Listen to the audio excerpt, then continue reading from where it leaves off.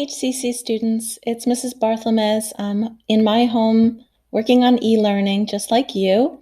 I'm making a video today because you're going to be reading the book The Giver in your literature classes, and since we can't give you the printed books, we're going to allow you to read it as an ebook through this app that we have been using this year called Sora. It may be new to some of you, but it's a really excellent app, and this video is to show you how to use it. You have all received this document that's on my screen right now. It gives you a direct link to the book The Giver so that you can check it out on your own. And hopefully you were able to follow along with these steps already. It says to click on the link, click a button that says sign in with Byram Hills, sign in with your school Google account, borrow it, and then the next step after you close the book is to add these two public library collections and bookmark the site for later. If you haven't done that already or you were having trouble, you're in luck. I'm going to walk you through this, and then we'll go on to some of the more advanced features of using Sora.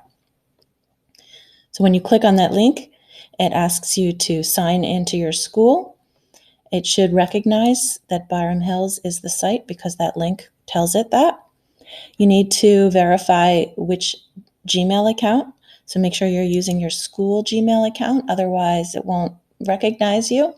On the screen with The Giver, you could see that below, it brought us right into like the book description, and then there underneath the title, the cover of the book, there's a link to either borrow it, read a sample, and if, you know, for other books that you might want to read in Sora, you could add it to a list to read for later if you just kind of wanted to keep track of it. And nicely enough, it will usually give you links to the other books in the series, and maybe some recommendations with similar titles and things like that. So I would like you to click the borrow button if you have not already, so that it's checked out to you, and then you will have it for 28 days. I'm just going to click read a sample for right now because I don't want to check it out just yet. I'm not quite ready to do that, but it looks pretty similar for you. It opens right up to the book. And you can see that when I click in the center of the screen, it either makes the toolbars for Sora go away or come back by clicking in the center of the screen. You can see here is my close button that I told you to click on. And I'll go into some of the features of using the book in a moment. Let's go close the book for a moment, and we're going to click on the little settings button on the upper right hand side. This is accessible from most screens in the in Sora. And do you see how right here it says Libraries Byram Hills? I want you to click on the button that says Add a Public Library, and I want you to first type in Westchester. And one of the first one that pops up is Westchester Library System. Please click on that and say, this is my library. And it might ask you to sign in again for Byram Hills. In this case, it didn't, which is really great. So now you see we actually have access to 2 different libraries now. We're going to add one more. We're going to click on Add a Public Library again. And this time we're going to type in Southern Westchester BOCES. And here it is. This is my school. And again, okay, so it is asking me to select my school from the list. I'm choosing Byram Hills Central School District, sign in with Byram Hills. So after doing this step, you'll only have to do it once. Every time you sign into Sora, it will remember that you have access to 3 different collections of books. This is great because now when you're searching for books in the future, after you're done with The Giver, or if you're reading a second book besides The Giver, you'll have access to literally like thousands of books. Okay, noticed I recommended that you bookmark this website. If you're not sure how to do that, a bookmark is just by clicking on the little star here. It will depend for you how you organize your bookmarks, whether you see it here or if you have to click here to get to your bookmarks. but that would be your way to get back to it later on. So let's click on that right now and see if it brings us to where I'm thinking. Clicked on that link that I told you to bookmark. It brings you to what's called the home screen. So I want you to take a moment and notice these little buttons: Home, Explore, Shelf, and Me. And the home screen is what we're looking at right now. It's where all the books that you have checked out, your loans, will appear. If you had a book that was assigned to you, it would appear here as well. And another cool thing that I want you to notice is anytime as you're reading a book and you look up the definition of a word, those words will appear here under your recently defined words on your home screen. And you can click on them again to see the definition of them. So it might be good for vocabulary assignments. Also on your home screen, if you scroll down, this is one place where you can access any highlights that you've made from the text or notes that you've taken, and you can then get to them and print them out. This is not the only place that you can see them, and it also gives you some book recommendations. Let's look at let's open up our book. Let's see, I have The Giver. Let's open that one up. It's showing me the options for the book, the options page. So I can open it up, and then we'll talk about some of these other options in one moment. When we open the book, which we looked at a little bit earlier, one thing I wanted to point out is that on the settings button, when the book is open, you have some other options. That's where you can adjust your font. So that would be under reading settings, the little A. So if I wanted to increase the size of the font, I can use that scroll.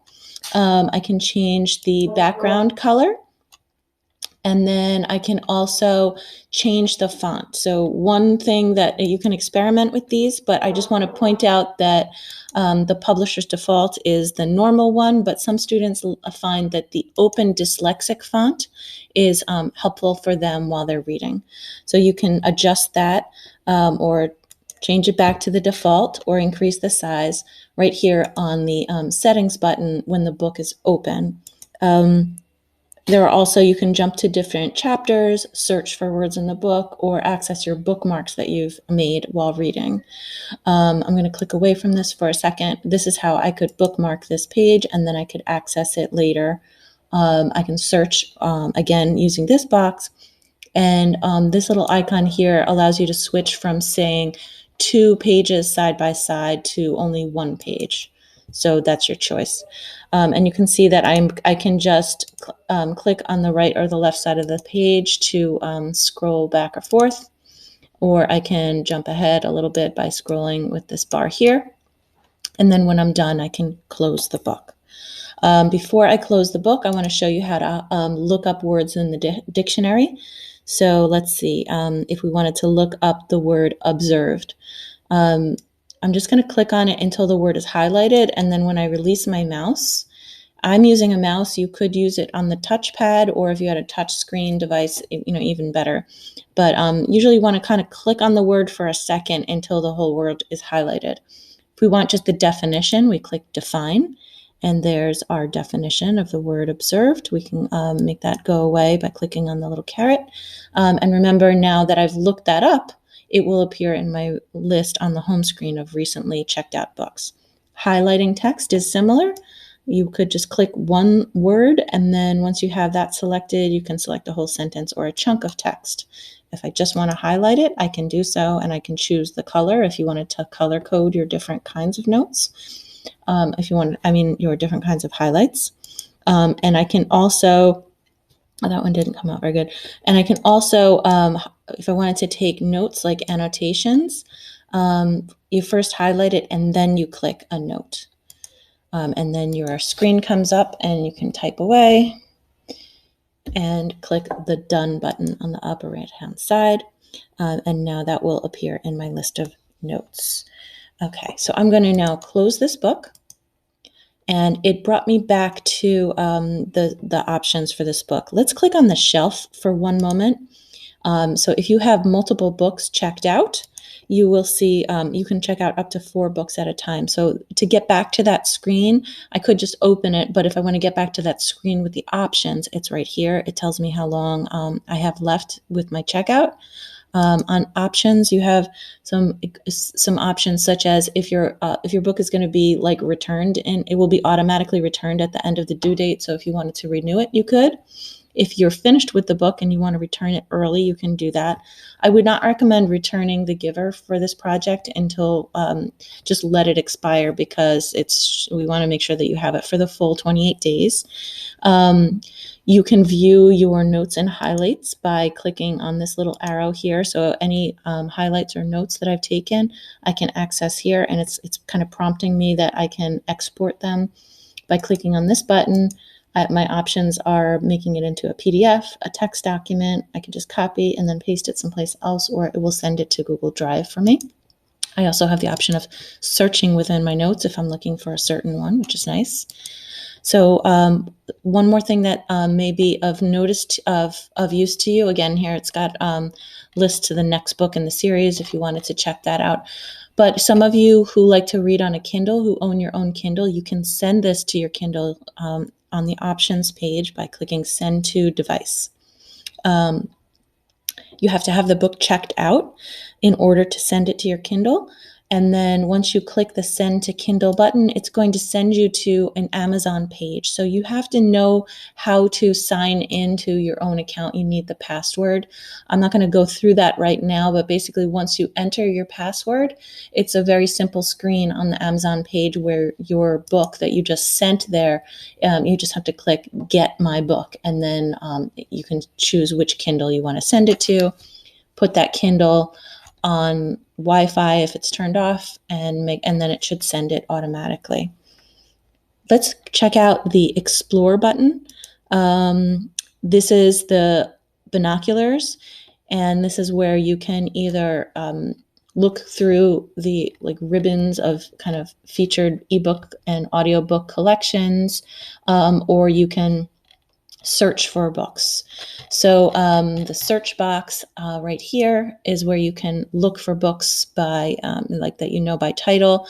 And then I want you to just click this box that says search all of my libraries, because we added 2 extra libraries. So we want to know that we can get that when we're searching for a book, that we can get it. We're seeing how many that we can get them from multiple places. So you can see I searched for the word guts, but because I did so by clicking on this box, search all of my libraries, which you only have to do once, it will remember that you want to always search all of your libraries. And now it's telling me I can check this one out from the Byram Hills Library, but you could see there's, I would have to place a hold. There's a long wait list. 4 people are waiting. So that may not be my best option. If I scroll down to the Southern Westchester BOCES, I can borrow one because there's one available. If I go to Westchester Library System, I can borrow it from there. And check that out. It looks like this is the Spanish language version of it. So by adding those extra libraries, we have shorter wait times because we have access to a lot more books. And then I wanted to point out that I mentioned you can check out up to 4 books at once. You can also put up to 3 books on hold at a time. You can view all of this information on your account by clicking on the shelf. I'm going to click back. It brought me into the Giver. On the shelf, this is the main screen. Your holds of information is right here, and it tells you when you placed it, and you can kind of get an idea of how long the wait is for that book. Your options for holds are you could cancel the hold, and maybe you can then I think you could check it out from that screen. You don't get an email when a hold is available. So if you put a book on hold, please come back to your shelf and click on holds to check it out when it's available for you. I think that's everything that you're going to need to know about Sora, with the exception of one thing I didn't mention, but it's in the Giver Sora ebook instructions right here where it says you may want to add the Sora app to a phone, tablet, iPad if you want to read on those devices rather than on your computer. The Sora app is literally just type the words SORA. It's got that same little astronaut icon. When you install the app, it's going to ask you for a setup code, and that setup code is on your screen. It's SWBOCES-NY. And that's all you really need to know. You'll continue to sign in with your Gmail account, your school Gmail account, and use it just like you did on the computer, as I just showed you. I hope you enjoy using Sora. I think it's a great app. Please reach out if you need my help. And good luck to everyone. Bye.